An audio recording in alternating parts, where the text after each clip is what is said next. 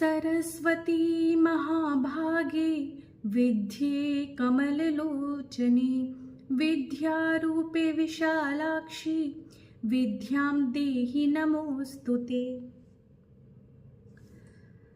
तो आज हम षट पंचाशिका शुरू करने जा रहे हैं और जो षट पंचाशिका का जो पहला श्लोक है वो मंगलाचरण है, पहला श्लोक। और पहले श्लोक के अंदर सूर्य भगवान की आराधना की गई है।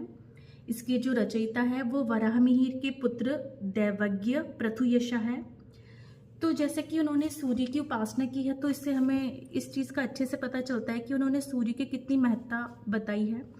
खुद जो वराहमिहिर थे वो भी सूर्य के उपासक थे और उनके जो पुत्र है वो भी सूर्य के उपासक हैं। और ज्योतिष के अंदर सूर्य की जो पूजा है उसका अपना अलग महत्व है।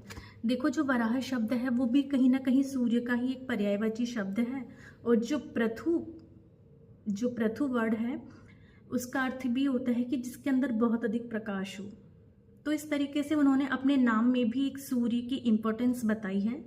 और तो जो पहला हमारा श्लोक है वो इसमें सूर्य की ही उपासना बताई गई है। तो इससे हमें भी पता चलता है कि अभी ज्योतिष के लिए हमें भी सूर्य की आराधना करनी चाहिए।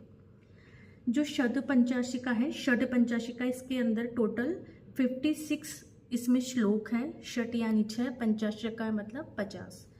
तो षट पंचाशिका की जो रचना है 56 जिसमें श्लोक है, इस रचना को अर्थ गहना बोला गया है। अर्थ गहना का मतलब है कि इसकी एक ही वाक्य के अंदर बहुत गूढ़ अर्थ, बहुत अनेक अर्थ उसमें छुपे हुए हैं।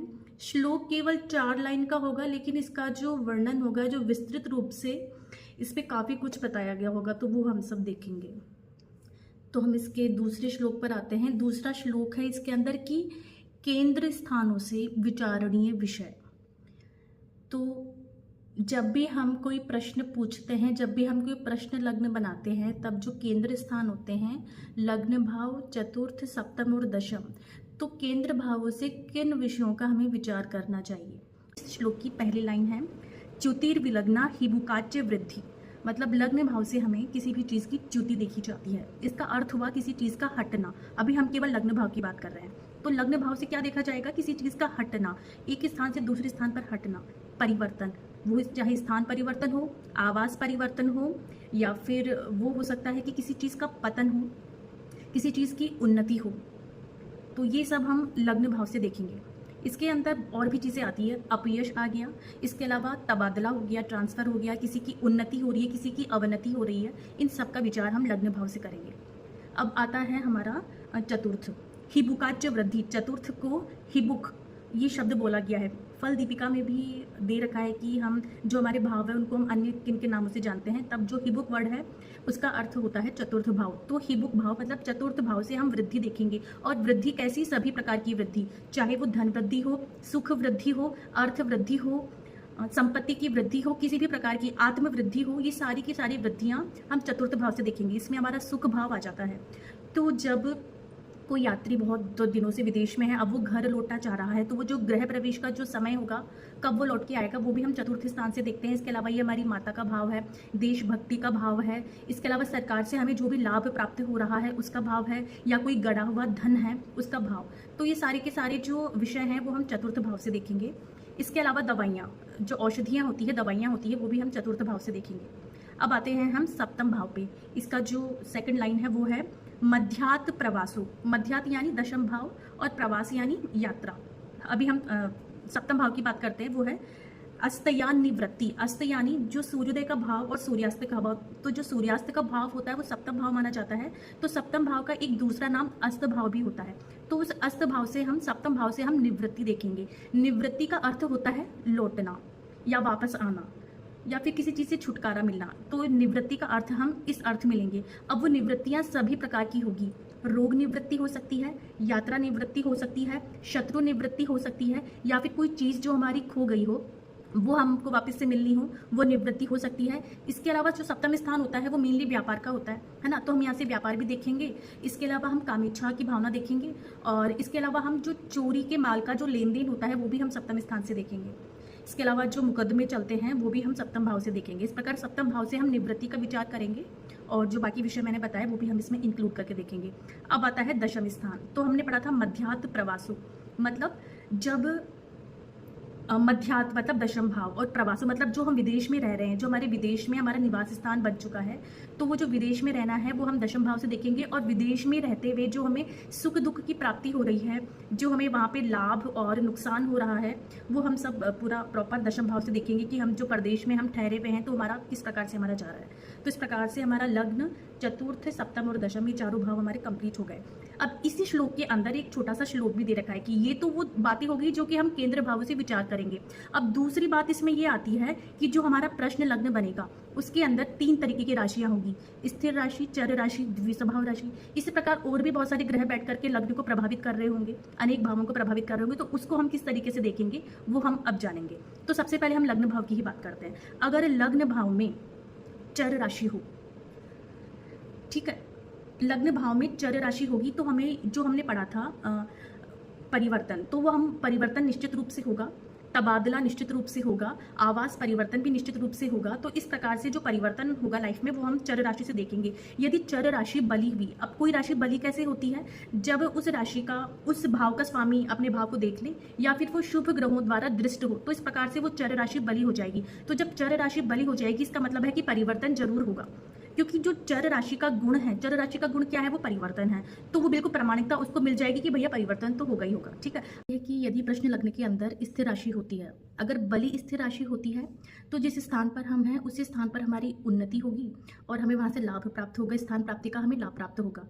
यदि स्थिर लग्न यदि बली नहीं हुआ, बली कब नहीं होगा, जब वो अपने स्वामी के द्वारा, अपने भाव के स्वामी के द्वारा नहीं देखा जाएगा या फिर पाप ग्रहों से दृष्ट होगा, तो जो स्थान प्राप्ति है, जो उन्नति है, उसका निषेध हो जाएगा।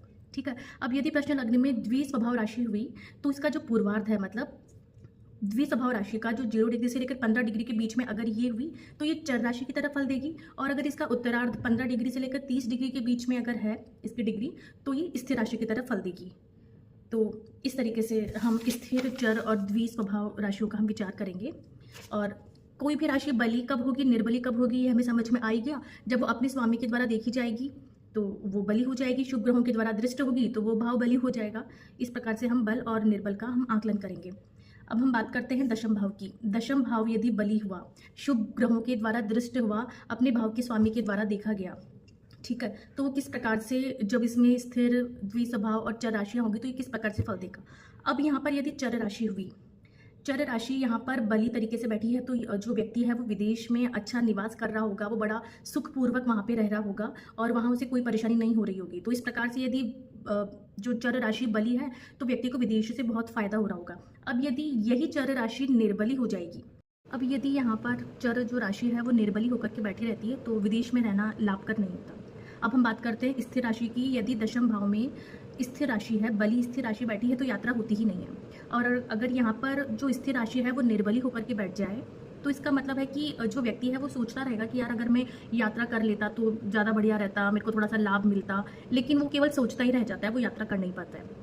ठीक है, अब यहाँ पर हम अब सप्तम स्थान की बात करते हैं। दशम भाव हमारा कंप्लीट हो गया, अब हम सप्तम स्थान की प्राप्त करते हैं। सप्तम स्थान से विचार आता है घर लौटने का, ठीक है, प्रवास से लौटने का, मतलब जहाँ हम रह रहे होते हैं तो विदेश से जो लौटने का जो विचार होता है वो हमारा सप्तम भाव से आता है। तो यदि सप्तम स्थान पर शुभ ग्रहों की दृष्टि होती है, सप्तमेश की दृष्टि होती है और यदि वहाँ पे चर राशि होती है ना, तो प्रवासी का आगमन जरूर होगा। मतलब वो जो थॉट उसके मन में आ रहा है कि मैं घर लौट चलूँ, और वो जो यात्रा का जो समय होता है तो उसके लिए हम ये देखते हैं कि हाँ उसका जो लौटना होगा वो जरूर होगा। ठीक है, क्योंकि वहाँ पे चर राशि आ गई, बली, सप्तमेश बली होकर बैठ गया, चर राशि आ गई, तो इसके अंदर जो विचार है घर लौटने का तो वो मतलब जरूर एक पॉजिटिव डायरेक्शन में जाएगा। अब यदि यहाँ पर चर राशि बलहीन हो जाती है तो प्रवासी का आगमन नहीं होगा। सप्तम में यदि स्थिर राशि बली होकर के बैठी रहती है ना, तो व्यक्ति प्रवास के दौरान बड़े आनंदपूर्वक रहता है और लौटना भी नहीं चाहता है। और यदि बलहीन होकर के कोई स्थिर राशि वहाँ पर बैठी हो तो आदमी लौटना तो चाहता है, बट ऐसी उसकी मजबूरियाँ होती है कि वो लौट नहीं पाता है। तो इस प्रकार हमने सप्तम भाव में चर और स्थिर राशि के बारे में हमने देखा। अब हम यहाँ पर चतुर्थ भाव की बात करते हैं। चतुर्थ भाव से हमेशा गृह प्रवेश का विचार किया जाता है कि जब कोई व्यक्ति विदेश में रहता है और वो घर लौट करके आता है तो उसका घर लौट करके आना हो पाएगा या नहीं हो पाएगा, तो ये हम चतुर्थ भाव से विचार करेंगे। बलि चतुर्थीश जब होता है या फिर जो सर्वाधिक बलि ग्रह उस कुंडली में होता है, उस पर्टिकुलर प्रश्न लग्न के चार्ट में जो सर्वाधिक बलि ग्रह होता है, तो जब भी उसका गोचर चतुर्थ भाव के ऊपर होता है, ठीक है, या फिर सर्वाधिक बलि ग्रह जब चतुर्थ भाव में गोचर करते हुए आता है, तो ये निश्चित हो जाता है कि वो जो प्रवासी जो बहुत टाइम से लौटना चाहता है घर, तो उसका गृह प्रवेश जरूर होगा। यदि वो चर राशि के नवांश में है, ठीक है, तो जितने भाव की दूरी उस ग्रह और चतुर्थ भाव में है, तो उतना ही टाइम, उतने ही दिन, उतने ही महीने उसको अपने घर लौटने में लगेंगे, ठीक है। यदि ये स्थिर राशि के नवांश में है तो उसको उससे दुगुना समय लौटने में लगेगा, और यदि ये द्विस्वभाव नवांश में है तो उसको तिगुना समय लौटने में लगेगा। इस तरीके से हम दिनों को भी हम यहाँ से निकाल सकते हैं। अभी सारा जो हमने श्लोक पढ़ा उससे एक चीज़ निकल करके ये सामने आई है कि जो एक चार्ट के अंदर जो सप्तम स्थान होता है वहाँ से किसी प्रवासी की यात्रा शुरू होती है, और चतुर्थ स्थान जो उसका खुद का घर होता है वहाँ पर आकर के उसकी यात्रा समाप्त होती है, ठीक है। यदि चतुर्थ स्थान बलि हो जाता है, उस पर शुभ ग्रहों की दृष्टि होती है, और सप्तम स्थान से भी ये पता चल रहा है कि भैया यात्रा चर राशि में, मजबूत चर राशि वहाँ पर बैठी है, और मतलब वहाँ से पुष्टि हो जाती है। सप्तम स्थान से जब यात्रा की पुष्टि हो जाती है, चतुर्थीश बलि होकर के बैठा रहता है, तो जो जातक है वो शीघ्र ही लौट करके आ जाता है। यदि सप्तम और चतुर्थ भाव के बीच में यदि चतुर्थीश होता है, गोचर में हम देख लेंगे इस चीज़ को, तो ये मान लिया जाता है कि यात्री मार्ग में है। यहाँ पे दृष्टियों का भी बहुत अधिक महत्व होता है कि यदि दृष्टि पड़ रही होती है चतुर्थ भाव पे तो उसका लौटना निश्चित हो जाता है, ठीक है। तो चतुर्थीश जब चतुर्थ में आ जाएगा, या फिर चतुर्थीश की दृष्टि भी अगर चतुर्थ भाव पर आ जाएगी, तो मतलब ये काम, मतलब वो जल्दी से ही अपना घर लौटने वाला है, या फिर उसका प्रवेश जरूर से जरूर घर पर होगा। इस तरीके से हम देखेंगे, ठीक है। तो यहाँ पर दशम भाव का विचार भी इसलिए किया गया क्योंकि जब कोई ग्रह दशम में पहुँचता है, ठीक है, अब वो दशम में पहुँच करके चतुर्थ को पूर्ण दृष्टि से देखता है, इसलिए हम इससे भी हम प्रवास का विचार करते हैं दशम भाव से भी। अब इसके अंदर एक स्पेशल एक नोट करके दे रखा है कि जब भी ये गमन और आगमन के प्रश्न होते हैं उसमें यदि चर राशि होती है तभी प्रामाणिक फल मिलेगा। मतलब जब भी हम यात्रा के बारे में और आने जाने इसके बारे में जब भी हम कोई क्वेश्चन पूछते हैं, तो यदि उसमें चर राशि आए तो वो उसकी प्रामाणिकता हमको मिलती है कि हाँ इसका आंसर किया जा सकता है क्योंकि चर राशि वहाँ पर आ गई है। इसके अलावा चार्ट के अंदर हम देखेंगे कि यदि द्वितीय, तृतीय और चतुर्थ भाव में यदि गुरु और शुक्र आ जाते हैं तो मतलब वो शीघ्र ही घर लौटेगा। Thank you. इस तरीके से हमारा दूसरा वाला श्लोक कंप्लीट होता है। तो मुझे लगता है कि जो दूसरा वाला श्लोक था ना वो ही काफ़ी बड़ा था, और अब जो आगे आने वाले श्लोक आएंगे वो थोड़े छोटे छोटे होंगे। दूसरा श्लोक बड़ा इसलिए था क्योंकि एक तो इसके अंदर किन किन भावों से क्या क्या देखा जाता है वो भी हमने देखा है। तो मेरे को लगता है कि मेन जो चीज़ थी, मोटी मोटी जो चीज़ थी, महत्वपूर्ण जो चीज़ थी, वो शायद इन श्लोक में पूरी हो गई। अब आगे बहुत छोटी छोटी चीज़ें आएगी, बहुत समझने वाली चीज़ें होगी जो हम आसानी से समझ पाएंगे। एक चीज़ मैं यहाँ पर क्लियर करना चाहूँगी, जब मैंने बात की थी कि जब सप्तम भाव और चतुर्थ के बीच में जब चतुर्थीश आ जाता है तो मैंने कहा था गोचर में आते हैं। नहीं, यहाँ पर गोचर की बात मैं ऐसे बातों बातों में भूल गई। गोचर में ही जब प्रश्न कुंडली बनाते हुए जब वो जो चतुर्थीश होता है उसको सप्तम से लेकर के वो चतुर्थ के बीच में जब आता है तो ये उस वक्त की बात है कि मतलब उसकी जो यात्रा है वो शुरू हो चुकी है, प्रारंभ हो चुकी है।